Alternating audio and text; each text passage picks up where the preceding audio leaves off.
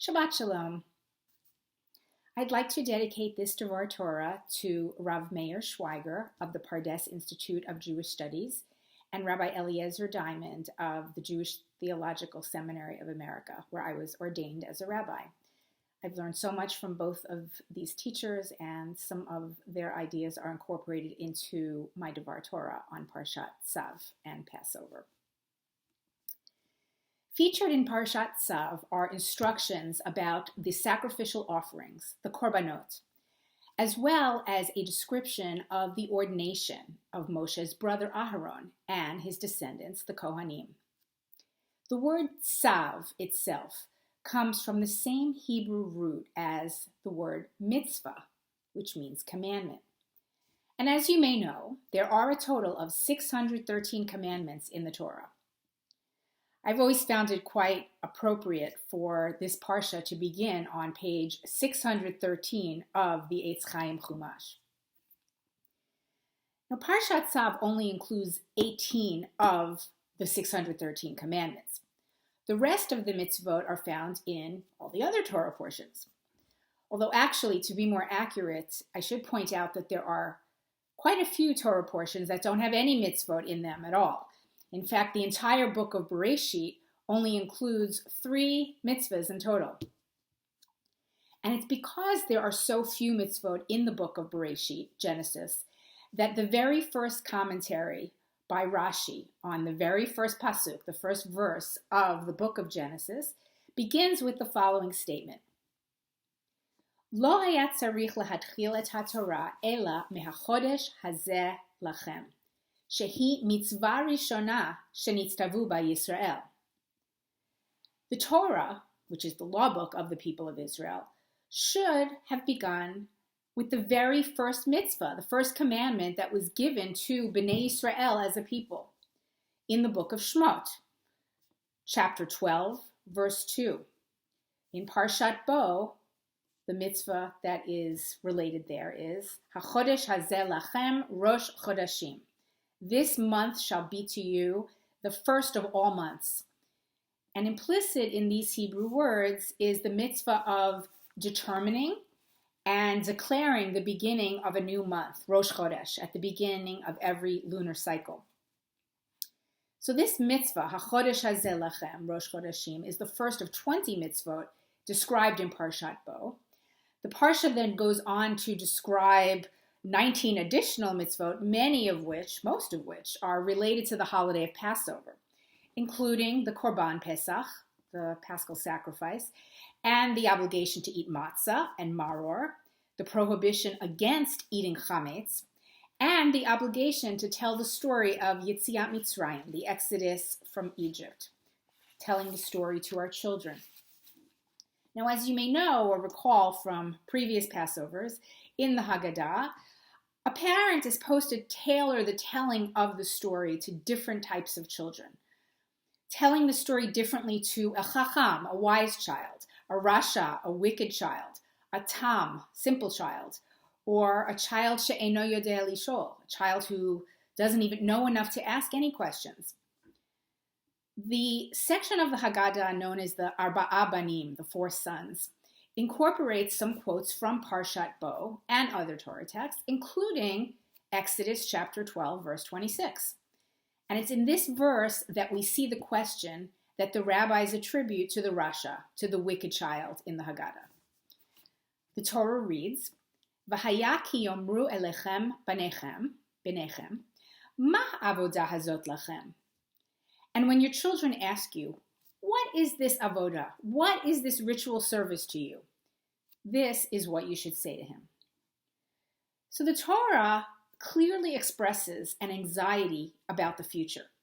Basically, what the Torah is saying is, imagine what it will be like when this bad situation is over and you will want to describe this experience to a future generation. Of course, telling about an experience is never quite the same as actually experiencing it for yourself. Just think how you're going to describe this current pandemic situation to a child or a grandchild who hasn't been born yet. It's because of the rabbi's anxiety about how to convey the experience of enslavement as well as the experience of liberation that the Haggadah provides tips for parents on how to tell the story. And some of these tips are, in fact, in that section of the Seder, known as the Four Sons, but there are also two longer versions of the telling of the story. There's the section that reflects the philosophy of the Talmudic sage named Rav. That begins with the words, "In the beginning, our ancestors were idol worshippers." And then there's the section of the Haggadah beginning with the words, "We were slaves, avadim hayinu," which reflects the philosophy of the Talmudic sage named Shmuel. The word avadim, slaves, has the same Hebrew root as avodah, a word that is usually translated as work or labor. And in the context of the Pesach story, avodah describes the hard labor imposed upon our ancestors by the Egyptians when they were slaves in Egypt. But in other contexts, the word avodah refers to a different kind of servitude, service to God. You may recall or be familiar with this word from the famous dictum from Pirkei Avot, Al shlosha devarim ha'olam omed. The world stands on three things, Al HaTorah, Al Havodah, Ve'al Gemilut Chasadim. On Torah, on Avodah, which is service to God, and Gemilut Chasadim, acts of loving kindness. When God spoke to Moshe at the burning bush, one of the things that God said was that after the Exodus, the people would then be free.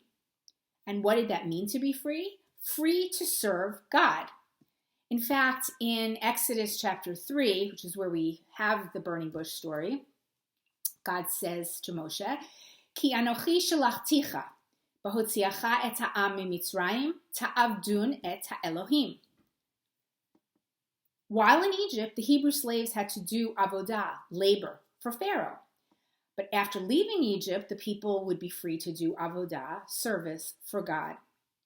Ta'avdun et Elohim. They will serve God. After Yetziat Mitzrayim, after the Exodus, the Israelites would no longer be enslaved to Pharaoh, subject to the whim of Egyptian taskmasters.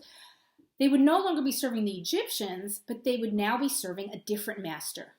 Capital M, or I should say, the KBH, the Kadosh Baruch Hu, the Holy One, blessed be God. For our biblical ancestors, being liberated from slavery in Egypt meant that they were free from serving other human beings, but it also meant that they were now free to serve Hashem. Freedom meant that they were now free to actualize their destiny. What was their destiny? What is the destiny of the Jewish people? To serve God, Avodat Hashem. The 20th century British philosopher and social and political theorist Isaiah Berlin made a distinction between two types of liberty, what he called negative liberty and positive liberty. And according to Berlin, negative liberty referred to freedom from certain negative forces such as subjugation and domination. In other words, no one can tell me what to do. Whereas positive liberty meant freedom to do certain things that you want to do, or freedom to be what you want to be. For example, free to practice your own religion, free to serve God. In the Haggadah, there is an extended section of Midrash on the verses from Deuteronomy, from Sefer Dvarim, that begin with the words, Arami Oved Avi. My father was a wandering Aramean. And one of the phrases in that biblical passage is, Vayar Hashem et onyenu, and God saw our affliction. If you look at the commentary in the Rabbinical Assembly Haggadah, it reads as follows. Ma ra'ah, what did God see? God saw that the people of Israel were compassionate towards one another. If one slave finished producing his own quota of bricks, he would then go to help another slave do the same. V'haya misayeh lechavero. And he would help his friend. What does this midrash come to teach us? That even as slaves, we have some measure of freedom. We can freely choose.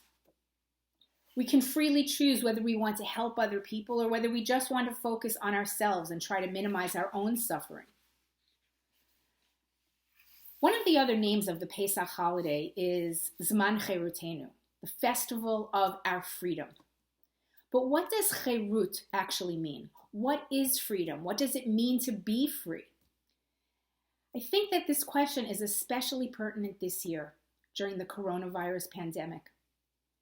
How is it possible for us this year in 5780 for us to celebrate freedom when we are confined to our homes, essentially experiencing some form of our own enslavement? First of all, as the Midrash teaches us, even as slaves, we can be free to make certain choices. We are free to choose to be totally selfish, to close our doors, to see others as the enemy. Or we are free to choose to see others as fellow sufferers. We are free to choose to act compassionately by helping other people, even while maintaining health and safety precautions. There's also another way for us to celebrate freedom, even while we're in confinement. Not only are we free to choose how to act, we're also free to be hopeful. Now, if you think about it, you will realize we are not the first Jews in history to be confined or otherwise restricted in ways that make the celebration of this festival of freedom challenging. Think about the Jews in the Warsaw Ghetto, l'havdil. Or going further back in history, think about the Jews in Spain who had to hide their religious identities during the Inquisition. Or going back even further in time, what about the Jews who experienced persecution during the time of the Romans? Or the Jews in the days of King Antiochus, who were not allowed to observe any Jewish holidays or traditions? And going back even further than that, think about the very first Pesach ever. When that first Passover was celebrated, the one that is narrated in the book of Shemot, in Exodus, Bnei Yisrael were still in Egypt. Our ancestors were not yet free when they had that first Seder, that pre-liberation Seder. In that pre-liberation Seder, the Israelites were effectively sheltering in place. They were only guaranteed some level of protection if they followed certain protective protocols, namely painting their doorposts with lamb's blood. Locked up in their homes, our biblical ancestors observed that first Passover Seder filled with fear and anxiety about the uncertain future that they faced. In order for our ancestors to truly become free, they had to want to become free, and they had to hope and believe that they would be free one day. And they also had to act ki'ilu, as if they were already free. By doing this, our ancestors became partners with God in their own liberation. According to Rabbi Eliezer Diamond, if you take a closer look at the Pesach Haggadah, you may notice that there are two distinct voices and two distinct sets of audiences in the text. On the one hand, there is a voice in the Haggadah that says, we who are celebrating Pesach at this Seder, we now, Baruch Hashem, are free. But we're looking back at a time in the past when we were not free, when we were slaves in Egypt. That is the message of Avadim Hayinu. Avadim Hayinu, Hayinu, Ata b'nei chorin, b'nei chorin. Then, in the past, Avadim Hayinu, we were slaves. Aval Ata, but now, b'nei chorin, we are free people. Who is the audience for this message? People who are free, currently, in the present. And what is the point of telling Yetziat Mitzrayim, the story of the Exodus from Egypt, to this audience? To urge them not to take freedom for granted, to remind them that they are the beneficiaries of their ancestors' liberation from slavery. But on the other hand, there's a voice in the Haggadah that seems to be directed to a different audience, an audience of people who are still enslaved. And the message conveyed to this audience is, look, Things may look bad now, really bad, but things will definitely get better in the future. Don't worry. Don't lose hope. Gam ze ya'avor. This too shall pass. While we may be enslaved now, in the future, we will be set free. And this message is implicit in the Haggadah song, V'hi she'amda. V'hi she'amda lavotenu v'lanu, shelo echad bilvad amad aleinu lechalotenu, ela shebechol dor v'dor, omdim aleinu lechalotenu, v'hakadosh baruch hu, matzilenu mi'adam. It has been a standing, recurring reality for our ancestors, as well as for us in contemporary times, for it was not just one enemy who rose up to destroy us. Rather, in each and every generation, enemies rise up to destroy us. But the Kadosh Baruch Hu, the Holy One, blessed be God, saves us from their hands.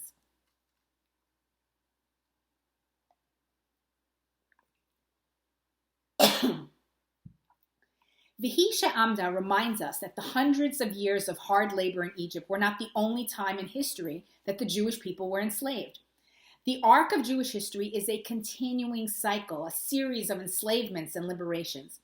V'hi she'amda assures us that even though we might not be free now, whether it is because we are living during the Crusades, the Inquisition, the Shoah, the Gulag, or lahavdil, in confinement during a global pandemic, there is hope of being free again in the future.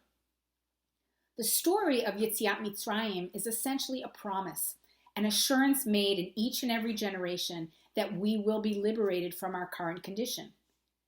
And this is fundamentally what the holiday of Passover is all about. The observance of this festival reminds us that even though we may not be free in the present, we have faith that we will be free again in the future. Even when we are enslaved, we are free to hope. And this message is conveyed in the very famous line that we recite each year at our Seders, L'shana haba'ah b'Yerushalayim, next year in Jerusalem. When Jews who are enslaved say these words, they can't literally mean, I myself, as an individual, will literally be in Jerusalem next year, because that may not be possible. Not for the slave, not for his child or his grandchild or even his great-grandchild.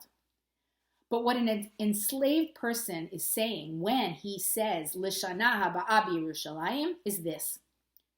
I know that I am not currently free to make plans to go to Yerushalayim.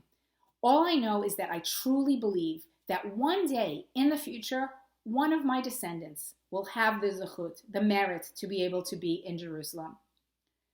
Jews throughout history, no matter how bleak their circumstances, never gave up hope. Tikva. Inasmuch as Passover is the feast of freedom, it also is the holiday of hope. Pesach reminds us to hope our way into a reality that is not yet here. And by hoping, we are one step closer to bringing about our own liberation and redemption. May we all hold on to the hope that freedom is at hand for all of us, and that the COVID-19 plague will come to an end speedily and in our time. Bimhera biyamenu, hashta bagala uvizman kariv, v'nomar. Amen.